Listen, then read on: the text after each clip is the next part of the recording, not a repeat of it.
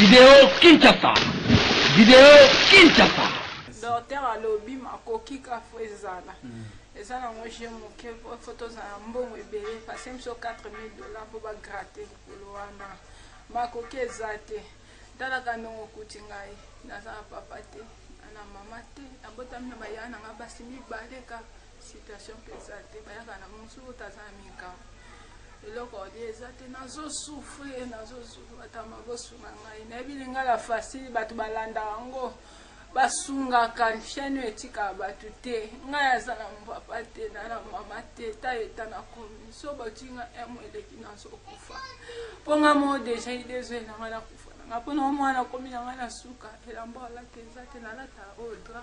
so na sokoli oyo na lati oyo so oye kauki na sokoli oyo nazana eloko te batama basunga ngai omoni nde bosana bibembo bo biso atoto zopema nani pona ni te bosunga pe biso bolanda ngai bosunga ngai so otiki nga emweleki na bana tabana nde botela nga mona kuna kufite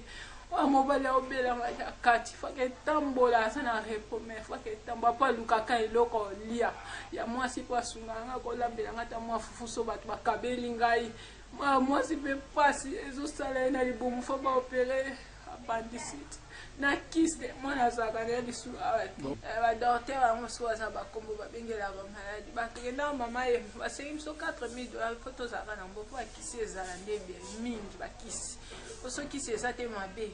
kisi fwe sa tosa na makoki ngana kozwa ngo apitala condition kute batamite mamala basunga ngai yo balanda cheno bosunga kandi to mona bosunga batu na bibembe to mona bino bozo dépenser bozo sunga kute bembe bonga mnana pema boyo kama wabo kama nana mutu teso botinga emwele mbole kalinga la facile ba numéro na bango ezali basala ba mitema mala ba bomba kana on lisungia batu te baliaka te bole kana chena bango ba otikela ngai baoya otikela ngai bango balembaka batu te pona kotamba baoya otika boleka